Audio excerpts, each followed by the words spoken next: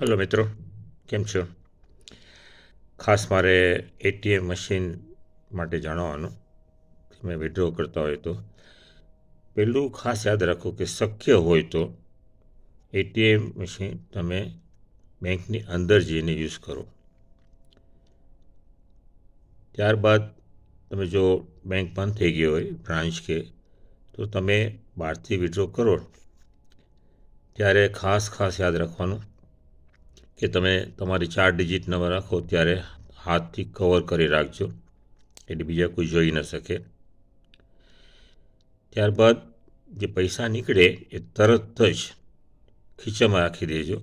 આજુબાજુ ક્યાંય જોતા નહીં, કારણ કે ડિસ્ટર્બ કરવા આવે તમને ડિસ્ટર્બ કરશે, કારણ કે એને ખોટું કરવું છે એટલે.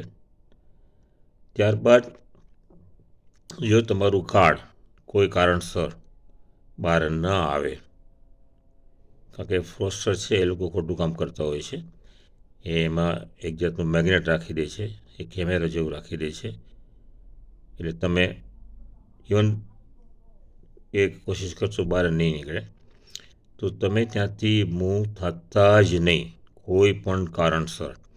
બીજો કોઈ આવીને તમને કહે ને કે કેન આઈ હેલ્પ યુ, તો કે થેન્ક યુ.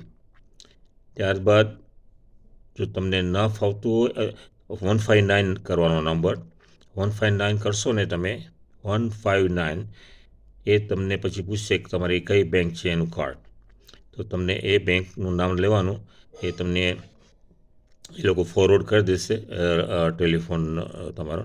ત્યાર પછી બેંક અમુક ઓપ્શન પૂછશે તમને, ધારો કે ના ફાવતું હોય તો તમારા ઘરવાળાને કે જે ઇંગ્લિશમાં બોલી શકતા હોય પ્રોપર, એને તમે ઘરે એમને ફોન કરજો, એ તમારું એ કોન્ટેક કરશે કે આવી રીતે કાર્ડ આમ થઈ ગયું છે.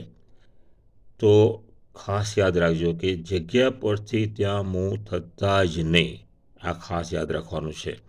અને નંબર છે 159. તમને કાંઈ ન ખબર હોય કાર્ડ નંબર કાંઈ, પણ તમારું નામ પૂછશે, ડેટ ઓફ બર્થ પૂછશે, તમારું પોસ્ટકોડ પૂછશે, એ તો લગભગ બધાને ખબર હોય. છતાં બી એ ન ફાવતું હોય તો તમે તમારા નજીકના જે છે એમને ફોન કરજો, પણ ખાસ યાદ રાખજો કે તે જગ્યાથી તમે મૂવ થતા જ નહીં. બીજાને પણ કહેજો. Thank you.